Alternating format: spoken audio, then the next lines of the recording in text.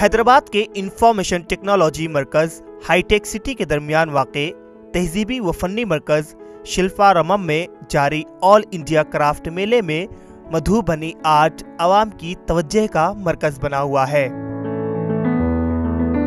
जो है सो हमारा पुरानी कला है। ये इस कला का नाम जो है सो मधुबनी पेंटिंग इसको बोलते हैं, लेकिन इसका असली नाम जो होता है सो मिथिला पेंटिंग होता है।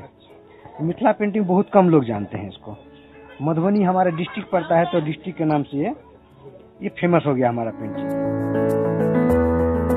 बिहार के राजेश खालिस रंगों से मधुबनी आर्ट की नक्काशी करते हैं। उनके मुताबिक ये फन सदियों पुराना है और इस फन के माहिरीन की तादाद बहुत ही कम रह गई है। और ये पेंटिंग जो हम लोग बनाते हैं तो पूरा नेचुरल कलर से, जैसे अभी मैं ये काम कर रहा हूँ ब्लैक का, तो ब्लैक जो हम बनाते हैं तो ये चारकोल कोयले का कलर है ये। और कोयले का कलर से जैसे काला बना लेते हैं हम, उसका दूसरा कलर अगर बनाएंगे, मान लीजिए ग्रीन बनाएंगे हम, तो ग्रीन के लिए ग्रास या फिर किसी लीफ जो है, जो सॉफ्ट पत्ता जो होता है किसी पेड़ का, उस पत्ते को पीस के हम उसमें से ग्रीन कलर निकालते हैं। येलो कलर बनाएंगे तो येलो कलर के लिए हम टर्मरिक यूज कर लेते हैं। और अगर रेड कलर बनाते हैं तो रेड कलर के लिए सिंदूर या फिर गुलाब का फूल, नहीं तो फिर बीट रूट। ये तीन में से एक भी चीज जो मतलब जिस सीजन में जो चीज मिल गया उसके हिसाब से हम काम कर लेते हैं।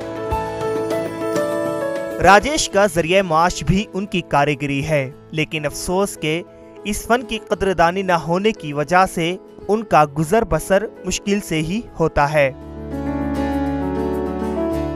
एक सप्ताह से 10 दिन 12 दिन ऐसा लग जाता है जी कलर करने के लिए। पहले तो इसमें हम ये बारीक काम कर लेते हैं, हमारा जो डिटेल जो वर्क होता है सो, उसके बाद में फिर हम कलर फिलिंग करते हैं। कलर फिलिंग भी हमारा ऐसे नहीं होता है, हम एक कलर पहले यूज करते हैं, हमको कहाँ पे कौन सा कलर है उसका देखना है कि पब्लिक का चॉइस क्या है और हमको कौन सा चीज अच्छा लग रहा है। जब तक हमें अच्छा नहीं लगता तब तक पब्लिक को अच्छा नहीं लगेगा ये चीज, तो उसके हिसाब से फिर हम कलर कॉम्बिनेशन करते हैं हम। तो कलर कॉम्बिनेशन करने के लिए हमको जो है बहुत ज्यादा दिमाग खपाना पड़ता है। इसमें पेंटिंग बनाने के लिए हमको उतना दिमाग नहीं खपाना पड़ता है।